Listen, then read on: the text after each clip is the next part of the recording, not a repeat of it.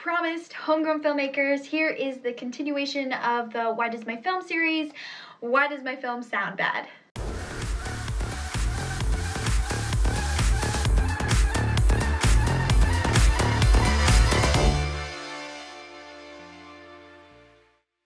What's up, homegrown filmmakers? Welcome back to my channel. My name is Annie Polling Sweat, and I've been teaching myself filmmaking for several years now, and I've been sharing what I've been learning so that we can all be learning together. And today we are finally doing Why Does My Film Sound Bad? I'm so excited to be doing this video. I've been working on it for a little while, so let's get into it. When just starting to learn about sound design and how sound works in film, it's important to understand that the image and the sound are separate. They can be edited separately and most of the time should be recorded independently of one another. Sound is its own element, and therefore there is a ton to learn about it. Like with my Why Does My Film Look Bad videos, the goal of this video is not to give you an in-depth education about sound, but rather to cover a broad range of the most common problems that I see when it comes to sound engineering and design. Hopefully, if you're interested in the subject, this will give you some ideas on what you need to start learning, and then it's up to you to take it from there. So the first reason that your film sounds bad is inconsistent background. To get a good idea of what I mean by this, take a listen to this clip here. Come on, just loan me the money. It's only 20 bucks. Yeah, not happening. If I wanted to send my money down the black hole that is your spending habits, even if I had that, not really my idea of a good investment. Come on, please. Doesn't Mom deserve a really nice gift? Yeah, she does, which is why I bought her one. Sound is all about consistency, and it's what creates the illusion that although it took you 5 hours to shoot this scene with all the different takes and angles, it plays out seamlessly in the final film, and the audience doesn't even think about the chronology of the shots. Having inconsistent background sound breaks this illusion. We're cutting between these two shots, and you can tell while you're watching the film that they were shot at separate times because this one has a plane in the background. Not happening. If I wanted to send my money down the... Cutting back and forth becomes very distracting, and we, the audience, can't even focus on what the characters are saying. It feels very low budget and amateur. The fix for this is to do everything within your power to have absolute quiet while you're filming so that the microphones will only pick up the sounds you actually want to capture. You need to pay attention to this stuff on set. It is perfectly okay to make everyone wait for the planes and the cars to pass by so that you can capture clean sound. It'll pay off when you get to post-production. This is why you want to avoid shooting in places that are very noisy, places with water, the beach, waterfalls, rivers, places with heavy traffic and crowd noise, or construction sites. Even though those sounds are non-stop, they aren't truly consistent, and so you'll be able to hear it when you try to cut together a scene like that. There are lots of ways to get around the sound challenges that each location provides, so if you want to learn more about that, here are some research keywords for you. Go look up room tone, ADR, and sound removal for film. Now, the second reason that your film sounds bad is hisses, whirs, and pops, basically just low quality sound. Making sure that you're capturing good quality sound will save you a ton of time when you get to post-production. Again, sound is about consistency, and strange electrical noises will definitely break that illusion. One of the biggest perpetrators of hisses and whirs is the in-camera microphone. Because the mic is actually close to the internal workings of the camera, it's capturing the sound of the camera running. We can't hear it on the outside of the camera, but when you play back the footage, it sounds like this. Now, there are ways to clean up this audio in post-production using programs like Adobe Audition or Audacity. However, the best solution is to get an external mic. It gets the microphone away from the whirring of the camera and gives you a lot more control over the sound. There are two main types of external mics used for film. The first type, and the one that you're probably most familiar with, is the shotgun mic. And this is the mic that's usually up at the end of a boom pole, and it's usually covered by a big furry cover, which is called a dead cat.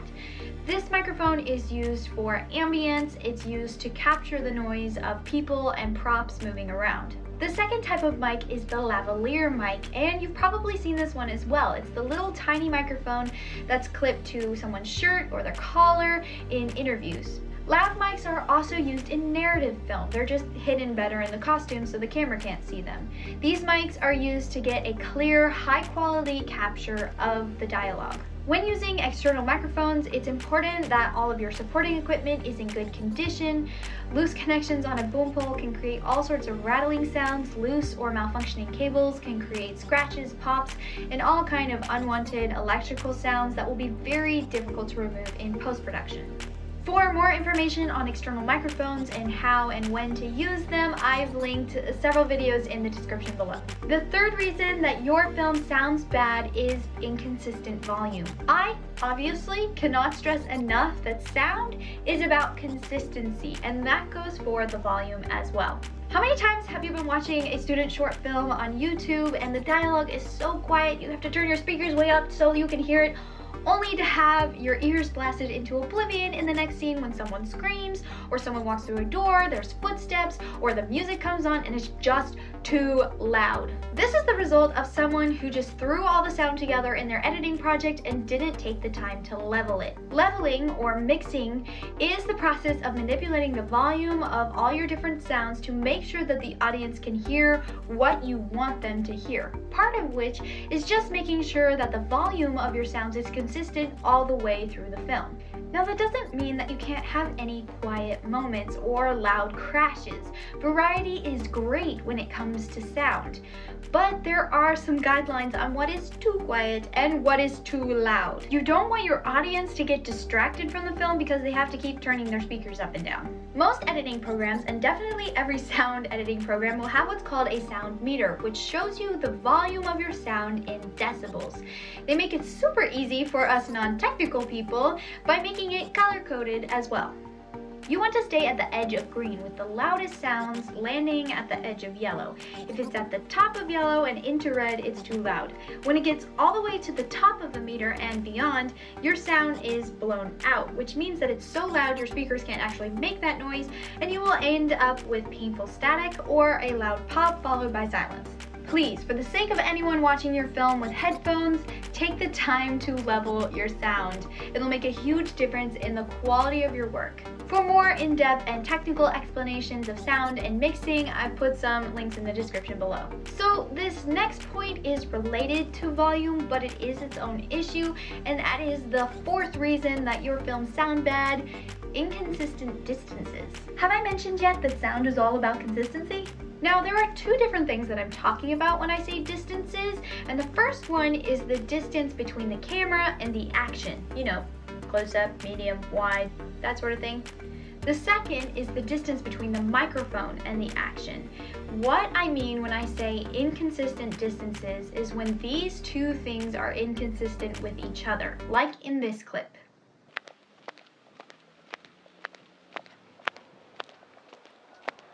This is a wide shot, which means there's a lot of distance between the camera and the action.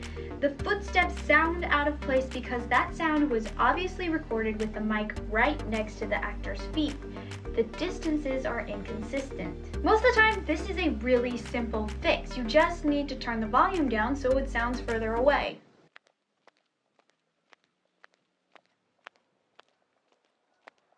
The importance of distances is a key concept to understand as a sound designer, especially when it comes to editing sound for entire sequences. For example, let's add a few more shots to that wide shot to make it a sequence. Here's that audio again, except matched with a close-up. It fits, and it doesn't feel jarring at all. Okay, here's another close-up, this time of the actor's face. If we were to keep the audio the same, it once again feels wonky because even though it's still a close-up, the camera is further away from the sound of her footsteps. So bring the volume down a notch and it sounds more natural, cutting between these two shots.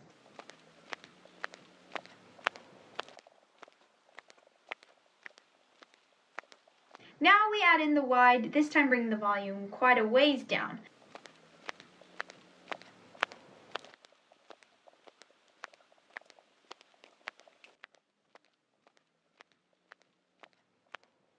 Making the distance of the camera and the distance of the sound consistent immediately makes it sound more high quality and, more importantly, doesn't take your audience out of the film.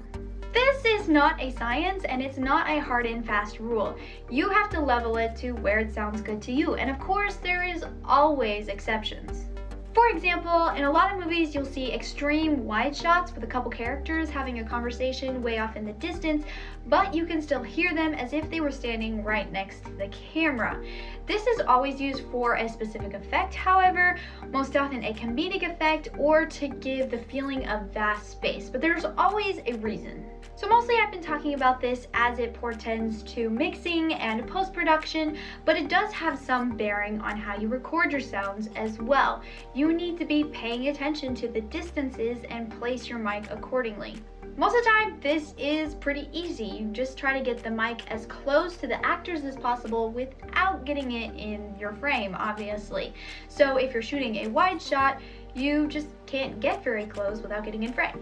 And lastly, reason number 5 that your film sounds bad, out of place sound effects. The last thing that you want is for your sound effects to draw attention to themselves. I've seen so many beginning filmmaker films where the sounds are stock sound effects from like the iMovie library slapped on top of the film and they stick out like a very sore thumb. So let's talk sound effects. There are a lot of different uses for sound effects, but I'm going to separate them out into 3 categories: ambience, Foley, and actual sound effects. Ambience is the sound of the environment. Street sounds, nature sounds, the quiet talk and clatter of dishes in a restaurant, rain outside a window.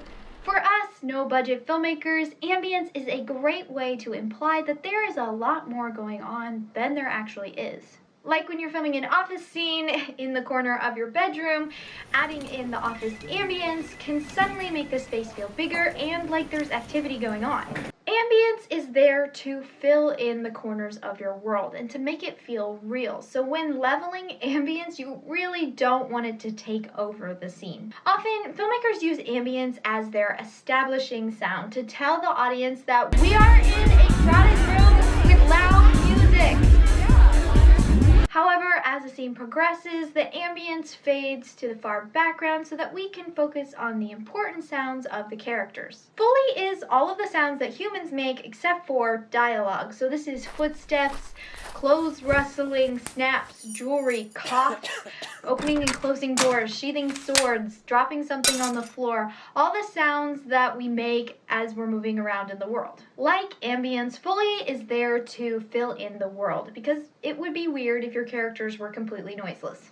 Now you do have to be careful not to go overboard with Foley. If you add in too many sounds trying to be as real to life as possible, it's like mixing all the colors together. You just end up with muddy brown sound. The rule of thumb is to first add Foley to the things that you want to draw attention to and then fill in gaps where it feels too quiet. When leveling Foley, you need to keep in mind both distance and importance. If something is close to the camera, it needs to be louder. If something is important to the story, it needs to be louder. Everything else needs to disappear into the scene feeling like part of the world. And finally, sound effects. So sound effects are basically sounds that you have to add in that aren't Foley and aren't ambience. Sound effects includes things like gunshots, cars, alarms, a phone ringing, basically things that you have to add in because they weren't there when you were filming. Again, the rule of thumb here is to only add in things that are important to the story unless the scene feels weirdly silent without it. When searching for sound effects for your films, a great place to go is freesound.org, as the name suggests.